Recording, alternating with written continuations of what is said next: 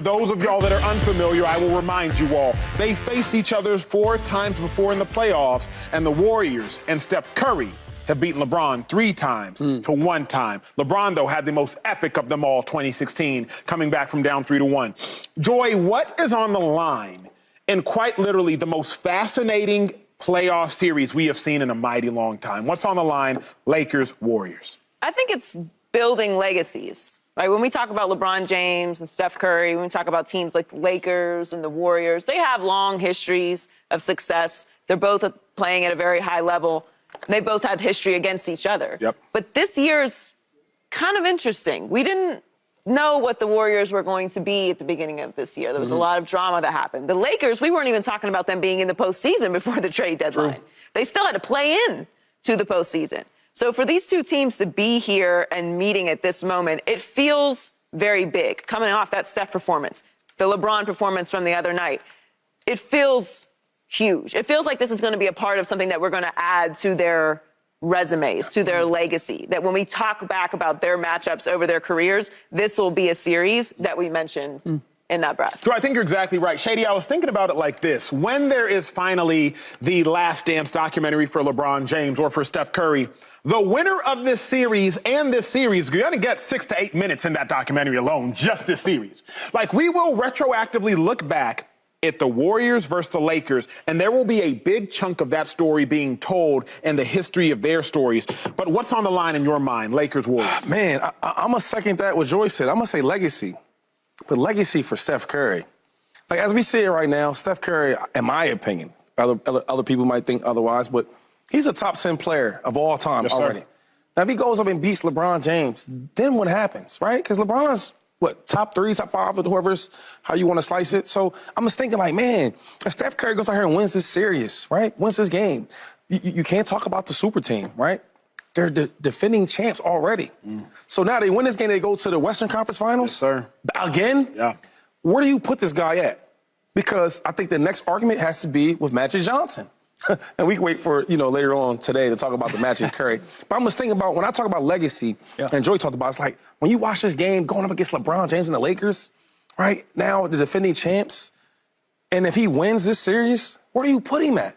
I don't know, man. That's a great question. So my biggest thing is this: if he wins this series, man, against LeBron James, right, back to Western Conference Final again. It's huge. It's huge. Slick, you're so knowledgeable about basketball. I've been quite literally waiting 24 hours since that game ended last night, maybe 16 hours, to ask you this question. What's on the line in the series? As of right now, it's the it's the crown.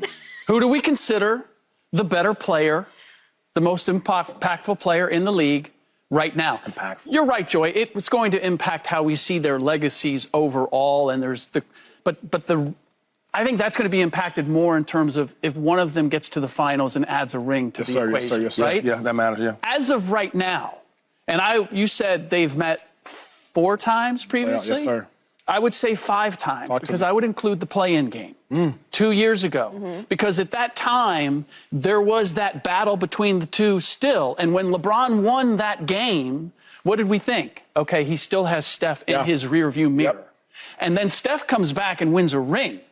And everybody goes, whoa, now we got to open this conversation again. So I believe what's at stake in this series is going to be, who do we consider the better player, the more impactful player right now? Who should be wearing the crown? Slick, you got me excited.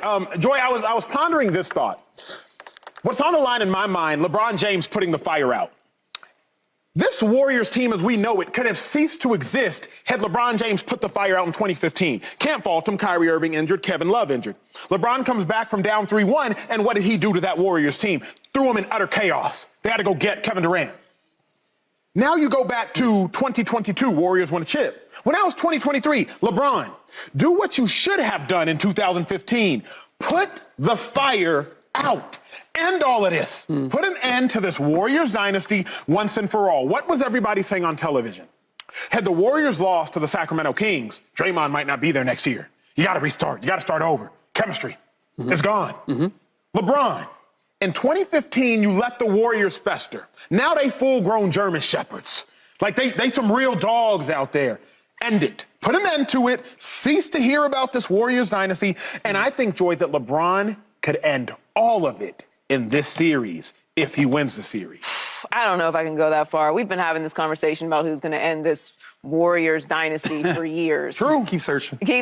We keep looking. It keeps not happening. LeBron's been playing in the league the entire time that this has been going on, and they have a full-grown dynasty.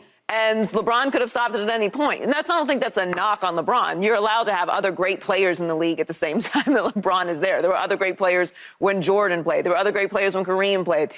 It's all right to have other players be talented. And in this year's NBA, I think it shows just how much talent there is in the NBA because we really haven't had a great team be that dominant all season long. Can I ask you something, though, Joy? You said it's all right for other players to be as talented.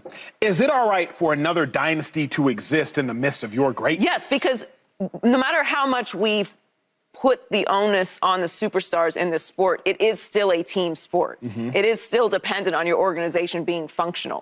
It is still dependent on your GM making the right trades and putting the right role players in place, removing yourself from emotions and attachments in order to put together the perfect roster. You have to have good coaching. You have to get breaks along the way. This is a team sport at the end of the day. While we do give all the attention and the praise to the superstars because in order to win championships, you need them, we kind of remove all the other factors that go on throughout these series. A very long postseason, injuries play a factor, and you can't win it by yourself.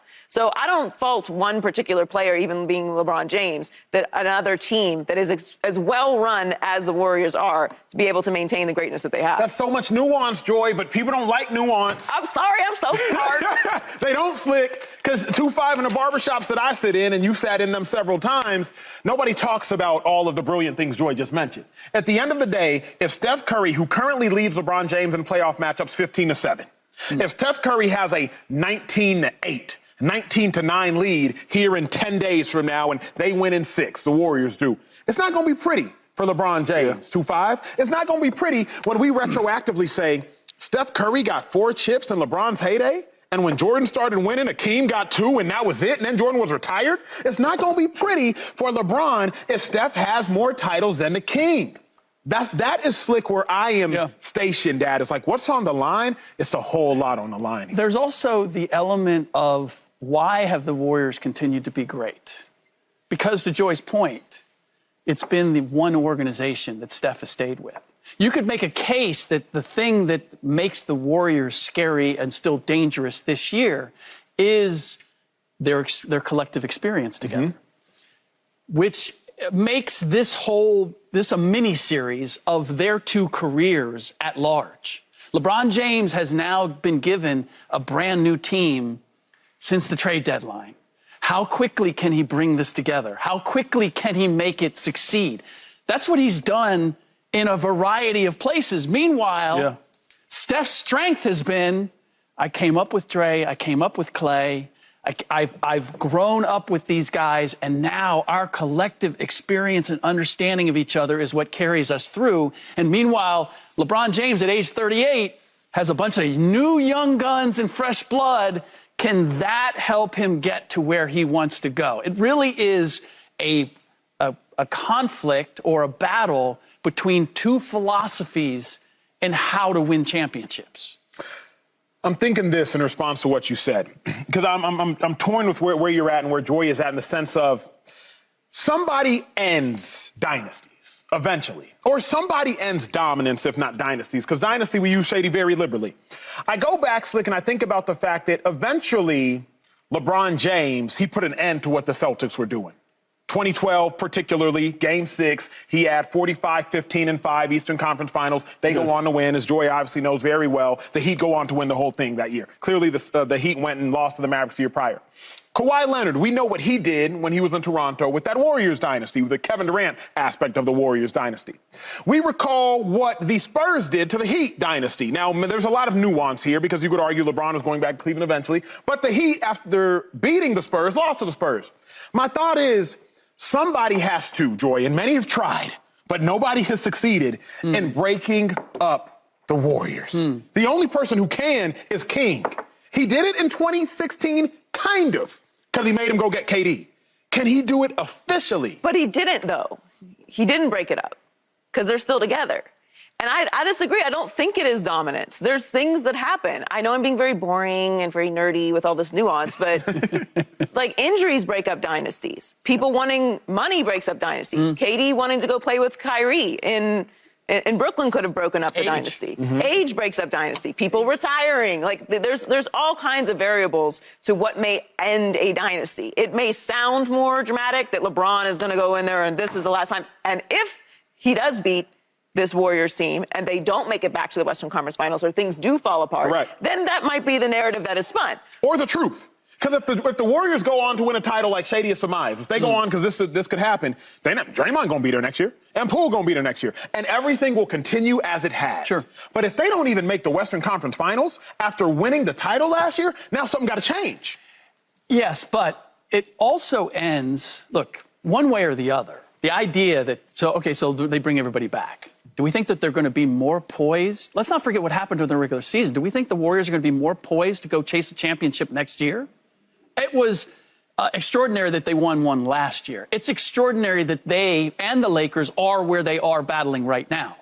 Either one of these teams gets knocked out right now, they're not playing for a championship next year. I'd make an argument that the Lakers are more likely to be playing for a championship next year than the Warriors. So to your point, LeBron wins this series. LeBron knocks Steph out. He very well may be knocking out Steph's last best chance of winning a ring. When you say it like that, you make me excited. Subscribe here to get the latest from Speak and go watch a few segments from our other shows on FS1.